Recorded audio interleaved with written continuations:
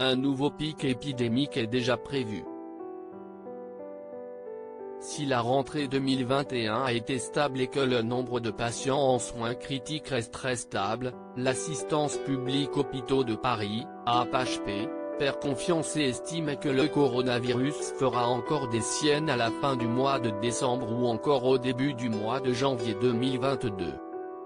C'est en tout cas ce qu'a révélé le magazine Le Point ce lundi 22 novembre. En Île-de-France, il y a un peu moins de 300 patients en soins critiques, dont un tiers à l'AP-HP, et il y a un peu moins de 600 malades hospitalisés hors soins critiques, a expliqué Martin Hirsch, directeur de l'AP-HP. Le taux de patients Covid dans les lits de réanimation est à peu près d'un quart. Ce qui pousse les hautes instances à imaginer le pire. On soigne à peu près autant de patients avec un peu moins de personnel et avec un certain nombre de lits fermés, ce qui explique en partie les tensions, a-t-il poursuivi. Tout le monde serre les fesses. Ça ne peut pas tenir des mois et des mois bien évidemment.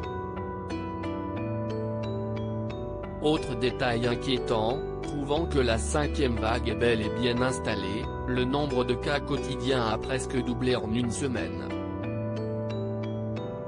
En ce lundi 22 novembre, 7 420 237 cas ont été confirmés, 733 personnes ont été admises en soins critiques dont 512 auraient été envoyées en réanimation sur les 7 derniers jours d'après les données de Santé publique France.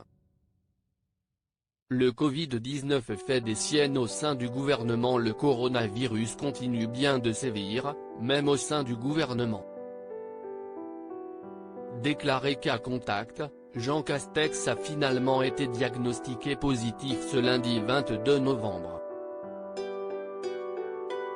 Après avoir frôlé la contamination à plusieurs reprises, le chef du gouvernement aurait finalement été touché par la maladie virale après que l'une de ses filles en ait fait l'âpre expérience.